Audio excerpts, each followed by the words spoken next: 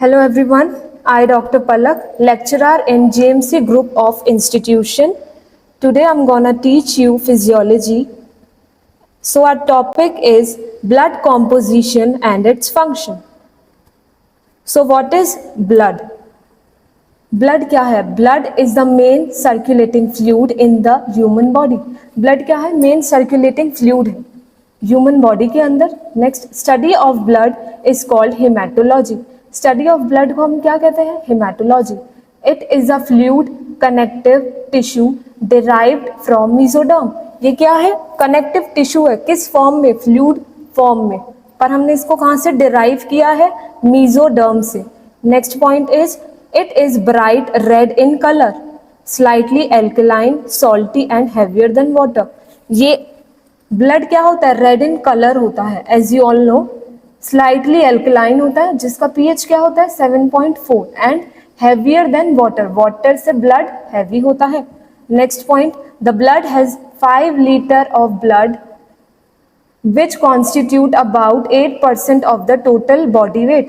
Normal healthy adult में 5 litre of blood present होता है जिसमें से हमारा टोटल वेट कौन कैरी करता है? 8% blood. Blood is divided into 2 constituents. Blood हमारे 2 कॉन्स्टिट्यूएंट में डिवाइडेड है. First one is cellular composition and next one is non cellular composition. So we'll discuss firstly cellular composition. Cellular composition is further divided into 3 parts: RBC, WBC and platelets. तो पहले हम पढ़ते हैं RBC. RBC. Erythrocytes are also called as red blood corpuscles. Erythrocytes को हम क्या कहते हैं? Red blood corpuscles. अगर आपसे कोई पूछे आरबीसी का अनदर नेम क्या है तो आप क्या बोलोगे? Erythrocytes. Second point, they are circular biconcave and enucleated cell. इनका शेप क्या होता है? ये सर्कुलर होते हैं, बाइकॉन्केव होते हैं, ई न्यूक्लिएटेड सेल्स होते हैं.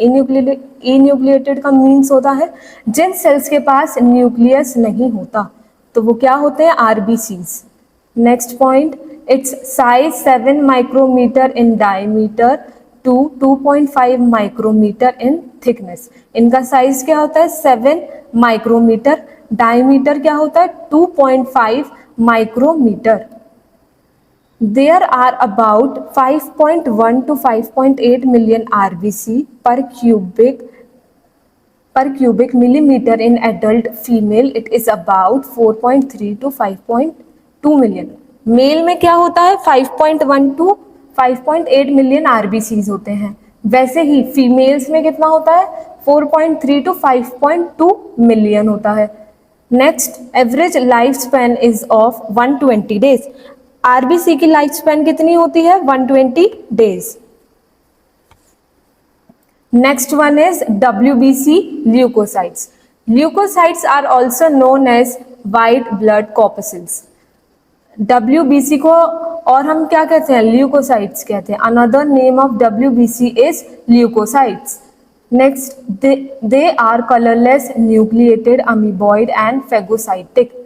WBC क्या होते हैं? कलरलेस होते हैं. RBC हमारे रेड इन कलर थे, वैसे ही WBC क्या है? कलरलेस होते हैं. ये न्यूक्लिएटेड होते हैं. WBC एमीबॉइड इन शेप होते हैं और phagocytic in nature. Phagocytic in nature का मीन्स होता है ये कोई भी बैक्टीरिया, जर्म सेल्स को क्या कर लेते हैं? एनगल्फ कर लेते हैं, उनको खा जाते हैं. Next point, due to amoeboidal movement they squeeze out of the blood capillaries. This is called as diapedesis. Amoeboidal movement होने की वजह से ये ब्लड कैपिलरीज में से बाहर आकर क्या करते हैं? जर्म्स इन्फेक्शन को किल करते हैं और एनगल्फ कर लेते हैं, और इसी चीज को हम क्या कहते हैं? डायपिडेसिस. नेक्स्ट पॉइंट है, it is of size 8 to 15 micrometre. इनका क्या साइज होता है WBC का? 8 to 5 micrometre. They are about 5000 to 9000 WBC per cubic millimetre. WBC कितने होते हैं हमारी बॉडी में? 5000 to 9000. इसकी लाइफ स्पैन क्या है? Average life span of WBC is 3 to 4 days. अभी हमने ल्यूकोसाइट पढ़ा जस्ट। अब WBC भी हमारे 2 टाइप्स के होते हैं। Leucocyte are divided into 2 types on the basis of presence of granules. किस बेसिस पर WBC डिवाइडेड है? ग्रैन्यूल्स के बेसिस पर। So first one is granulocyte, second one is agranulocytes. So we'll discuss first one, granulocytes. Now granulocytes are also further divided into 3 types. First type is neutrophils.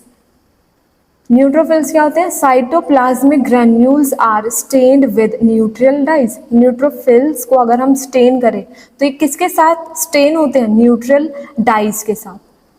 Second point, nucleus is 3 to 5 lobed, hence are called polymorphonuclear. Nucleus इसका कितने lobes का होता है? 3 to 5 lobes का होता है। इस 3 to 5 lobes होने की वजह से इसको हम क्या कहते हैं? Polymorphonuclear. Next point, it constitute about 54 to 62% of the total WBC. Total WBC में से हमारा 54 to 62% क्या होता है? न्यूट्रोफिल्स। नेक्स्ट, इसका फंक्शन क्या है? क्या फंक्शन होता है न्यूट्रोफिल्स का? क्या काम होता है? Phagocytes and engulf micro organisms. Phagocytes मैंने अर्लियर बताया आपको कि क्या करता है? जर्म्स, बैक्टीरिया को क्या कर लेता है? एनगल्फ कर लेता है, खा जाता है। Second one is eosinophils. Eosinophils, cytoplasmic granules which are stained with acidic dyes such as ozone. Eosinophils किसके साथ स्टेन्ड होते हैं? एसिडिक डाइज के साथ स्टेन्ड होते हैं। Next point, nucleus is bilobed, constitute 3% of the total WBC। Total WBC में से हमारा 3% क्या होता है? इज़ैनोफिल्स।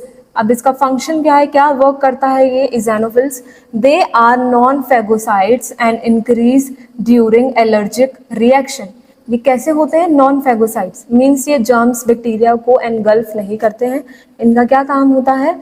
एलर्जिक रिएक्शन में इनका नंबर इंक्रीज हो जाता है। एलर्जिक रिएक्शन में ये अपना फंक्शन शो करते हैं। कौन? Eosinophils. Next point, they show anti histamine property. Anti histamine property show करते हैं ये। Next point, increase in number of eosinophil is called eosinophilia. Increase, इनका नंबर इंक्रीज हो जाता है तो इसको हम क्या बोलते हैं? Eosinophilia. Third is basophils. Basophils, cytoplasmic granules that stained with basic dyes such as methylene blue. Basophils stained किसके साथ हो रहे हैं? बेसिक डाइज के साथ। नेक्स्ट, ट्विस्टेड न्यूक्लियस, इनकी न्यूक्लियस कैसी होती है? ट्विस्टेड होती है। Third point, they constitute about 0.5% of the total WBC। Total WBC में से 0.5% क्या होते हैं हमारे पास? बेसोफिल्स। नेक्स्ट, इनका फंक्शन क्या है? They are non phagocytic. They also are non phagocytic. Next, they release heparin, anticoagulant and histamine also. क्या फंक्शन है इनका? ये हेपेरिन रिलीज करते हैं, एंटीकोएगुलेंट, बॉडी में कहीं भी क्लॉटिंग हो रही हो उसको होने से रोकते हैं। कौन? Basophils. Second type is a granulocyte. A granulocyte is also further divided into 2 types. First one is lymphocytes. Larger round nucleus, they have large round nucleus. इनकी न्यूक्लियस कैसी होती है? लार्ज और round. Next, it constitutes about 25 to 33% of the total WBC। Total WBC में से 25 to 33% क्या होता है? लिम्फोसाइट्स। इनका क्या फंक्शन होता है? It produces antibodies and responsible for immune response of the body.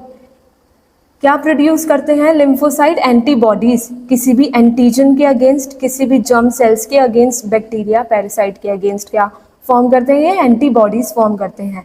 Responsible किसके लिए? इम्यून रिस्पॉन्स के लिए रिस्पॉन्सिबल होते हैं। कौन? Lymphocytes. Second one is monocytes. Monocyte, it is largest of all WBC. Monocytes क्या होते हैं? सारे WBC में से लार्जेस्ट होते हैं। ये कैसे, किस शेप में होते हैं? किडनी शेप न्यूक्लियस होती है इनकी। कैसी शेप होती है न्यूक्लियस की? किडनी शेप होती है। Next, it constitute about 3 to 9% of total WBC। Total WBC में से 3 to 9% क्या होते हैं? सिर्फ monocytes. What is its function? They are phagocytic in function, so they known as scavengers. They are also phagocytic in nature. क्या कर रहे हैं? ये बैक्टीरिया जर्म्स को इनगल्फ करते हैं।